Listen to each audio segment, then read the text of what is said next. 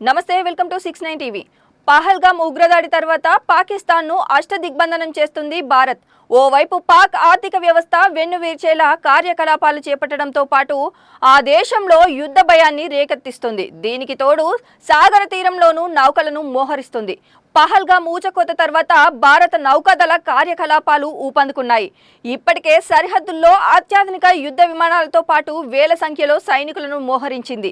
వీటితో పాటు సముద్ర జలాల నుంచి దాడి చేయగల అత్యాధునిక యుద్ధ నౌకలను భారత్ మోహరించింది.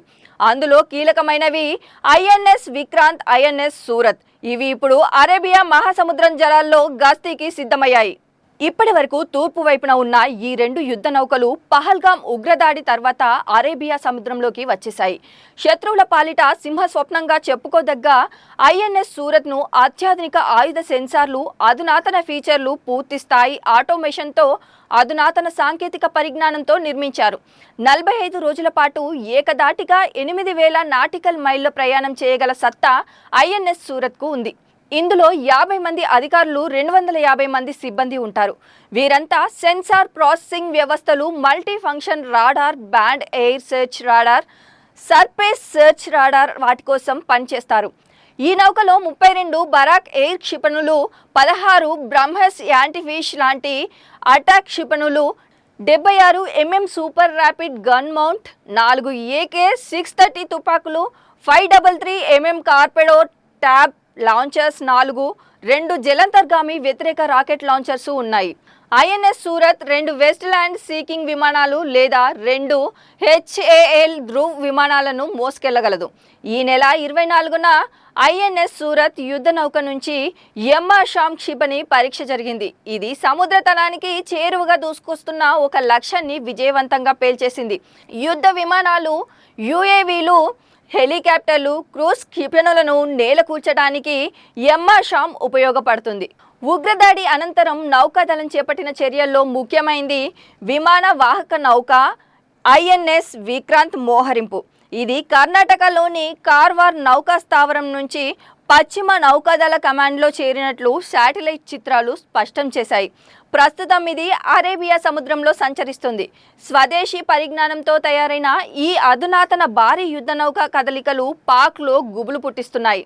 ఇక విమాన వాహక నౌకలు ఒంటరిగా రంగంలోకి దిగవు. జలాంతర్గాములు, డిస్ట్రాయర్లు, ఫ్రీగేట్లు వంటి యుద్ధ నౌకలతో కూడిన ఒక సమూహం దాని వెంట వెళ్తుంది. వీటన్నిటినీ కలిపి క్యారియర్ బాటిల్ గ్రూప్గా పిలుస్తారు. ఇది చాలా శక్తివంతమైన దాడి బృందం.